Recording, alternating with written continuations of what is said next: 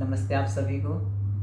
मैं यश योगी आप सभी का स्वागत करता हूं और आशा करता हूं आप सब लोग स्वस्थ होंगे, प्रसन्न, खुश होंगे। चलिए आज हम डीप ब्रीदिंग प्राणायाम पर चर्चा करेंगे कि किस तरह हम अपनी ब्रीदिंग को इम्प्रूव कर सकते हैं। तो इस श्रृंखला को आगे बढ़ाते हुए हम समझेंगे कि कैसे हम डीप ब्रीदिंग करते हैं। तो चलिए मैं आपको दिखाता हूँ। पहले किसी भी आसन को आप ग्रहण कर लीजिए, आपका स्पाइन गर्दन सीधा रहे, ध्यान रखें। और आपका कोई भी ज्ञान मुद्रा या वायु मुद्रा, किसी भी मुद्रा को आप चूज़ कर लें। उसके बाद में आपको लंबा गहरा श्वास नॉस्ट्रल से भरना है और नॉस्ट्रल से ही छोड़ना है। हम 3 काउंट करते हुए श्वास भरेंगे और 3 काउंट करते हुए ही श्वास को छोड़ेंगे। तो चलिए शुरू करते हैं। श्वास भर रहे हैं, 1 2 3, एक्सेल 1 2 3। फिर से एक बार,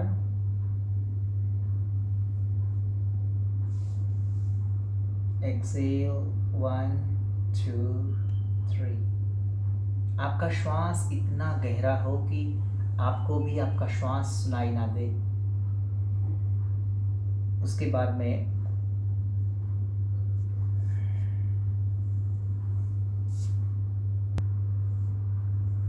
अब हम समझेंगे कि किस तरह से हमारा फेफड़ा, हमारा लंग कार्य करता है और क्या यौगिक ब्रीदिंग है, क्या एब्डोमेन ब्रीदिंग है, उसके बारे में समझेंगे। सबसे पहले हम जो ब्रीदिंग करते हैं वो हमारा ब्रेथ, हमारा श्वास नोस्ट्रल के माध्यम से हमारे फेफड़े के अंदर आता है और जस्ट फेफड़े के नीचे हमारा, या आप वी शेप देख रहे होंगे, ये जो रिब्स है वो दिखाई दे रहा होगा आपको। तो इसके नीचे, जस्ट नीचे डायफ्राम होता है और जब हम श्वास भरते हैं तो हमारा डायफ्राम नीचे की तरफ पुश होता है और जिससे हमारा स्टमक जो है वो बाहर निकलता है। तो हमारे स्टमक के अंदर कोई भी ऐसा ऑर्गन्स नहीं है जो ऑक्सीजन को ऑब्जर्व करता हो। केवल हमारा फेफड़ा, हमारा लंग ही ऑक्सीजन को ऑब्जर्व करने की क्षमता रखता है। ये बहुत इम्पोर्टेंट है।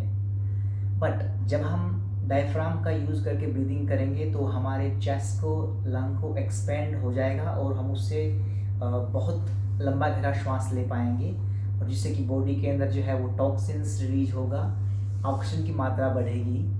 तो ये आप दूसरी टेक्निक से सीख सकते हैं। तो इसमें क्या करना है, अपने एक हाथ को आपकी छाती पे, अपने हार्ट पे रखना है और दूसरे आपके हाथ को पेट पे रखना है। तो अभी हम करते हैं फिर से एक बार। श्वास लंबा गहरा लेंगे और जब हम श्वास भरेंगे तो कोशिश करेंगे पेट को बाहर एक्सपेंड करेंगे, अपने पेट को फुलाएंगे बाहर की तरफ। जब पेट को बाहर फुलाएंगे तो डायफ्राम नीचे पुश होते हुए लंग फैलेगा। चलो करते हैं एक बार प्रैक्टिस साथ में।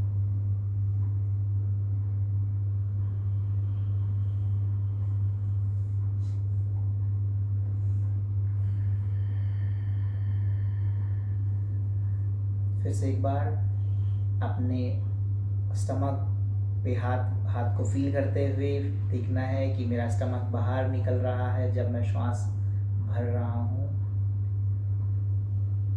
इनहेल करते हुए इनहेल करते जाएंगे, मेंटली काउंट करते जाएंगे 3 से 5 टाइम तक, सेकंड तक आप ब्रीद इन करते जाएंगे। ब्रीद आउट करते हुए 5 4 3 2 1। तो इस टेक्निक के माध्यम से भी हम सीख सकते हैं कैसे लंबा गहरा श्वास लेना है। और इसमें फिर ये बिगनर के लिए मैंने आपको बताया, उसमें फिर टेक्निक्स हैं, उसके रेशो के साथ में प्रैक्टिस करते हैं। जैसे हम 3 काउंट करते हुए श्वास को भरेंगे और 12 काउंट करते हुए श्वास को होल्ड करेंगे और 6 काउंट करते हुए श्वास को बाहर निकालेंगे। जो थर्ड प्रैक्टिस हम करेंगे इसमें हम लेट जाएंगे। तो स्पाइन के बल लेटेंगे अपने शरीर को बिल्कुल ढीला छोड़ देंगे, पैरों को फोल्ड कर लेंगे जिससे कि आपका एब्डोमेन मसल्स रिलैक्स हो जाए, उसमें कोई स्ट्रेन ना रहे। एकदम रिलैक्स छोड़ देंगे अपने एब्डोमेन मसल्स को। हाथों को साइड में ले जाएंगे, और नहीं तो हम अपने हाथों को फिर से एक बार चेस्ट पे और स्टमक पे रख लेंगे।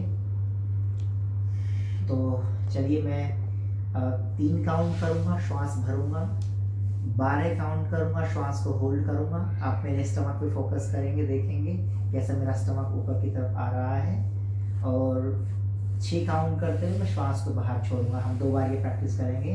तो चलिए, श्वास भर रहा हूँ मैं।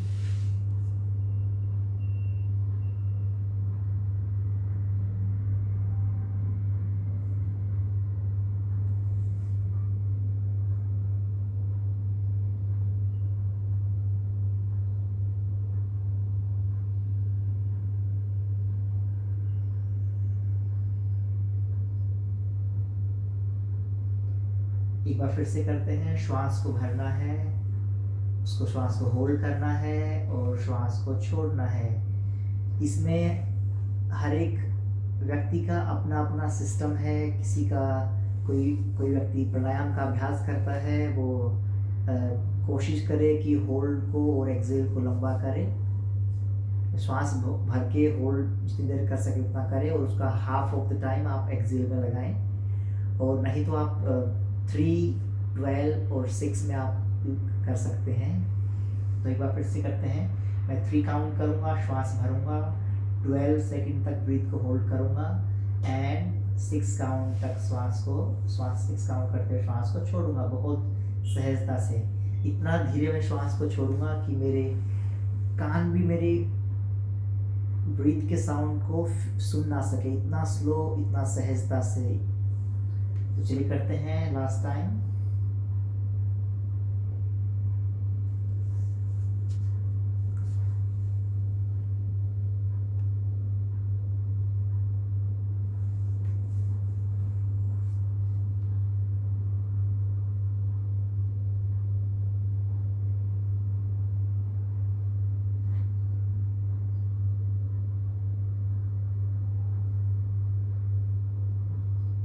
ओके, तो चलिए मैं वापस आता हूँ अभी।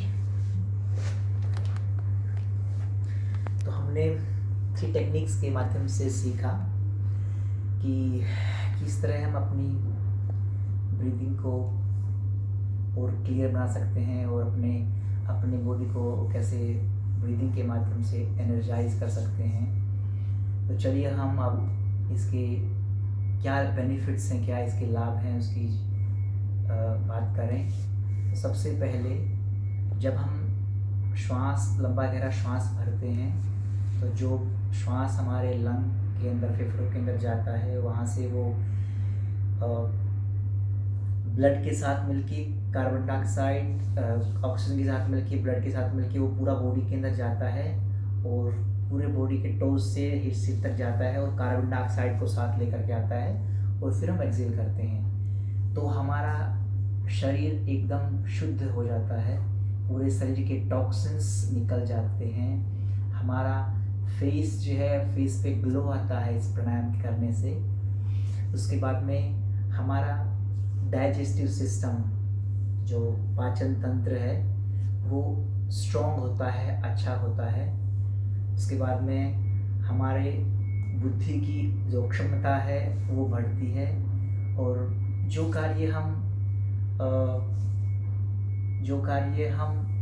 5 घंटे में करते हैं, यदि हम डीप ब्रीदिंग करें तो इतना बॉडी हमारा एनर्जाइज हो जाएगा कि उसी कार्य को हम बिना रुके, बिना थके उसको 3 घंटे में कर देंगे। तो उसके अंदर हमारे को पावर आती है, रोगों से लड़ने की क्षमता हमारे अंदर बढ़ती है, और हमारा चिंतन, हमारी सोच उससे बढ़ती है, सकारात्मकता के विचार आते हैं, और इसके बहुत से लाभ हैं। तो हम इस ब्रीदिंग का अभ्यास किसी भी समय कर सकते हैं। बस सिंपल आपको अपने माइंड के साथ में इसको करना है, अपनी जागरूकता के साथ में करना है। नॉर्मली हम जब से जन्म लेते हैं और मृत्यु तक हम हमेशा ब्रीदिंग करते रहते हैं। इस प्राणायाम को करते समय बस केवल हमें सजगता के साथ करना है और बस लंबा गहरा श्वास लेते हुए करना है। तो आप सभी का बहुत बहुत धन्यवाद। नमस्ते। आशा करता हूँ अपना ध्यान रखेंगे, प्रसन्न रहेंगे। नमस्ते। Thank you.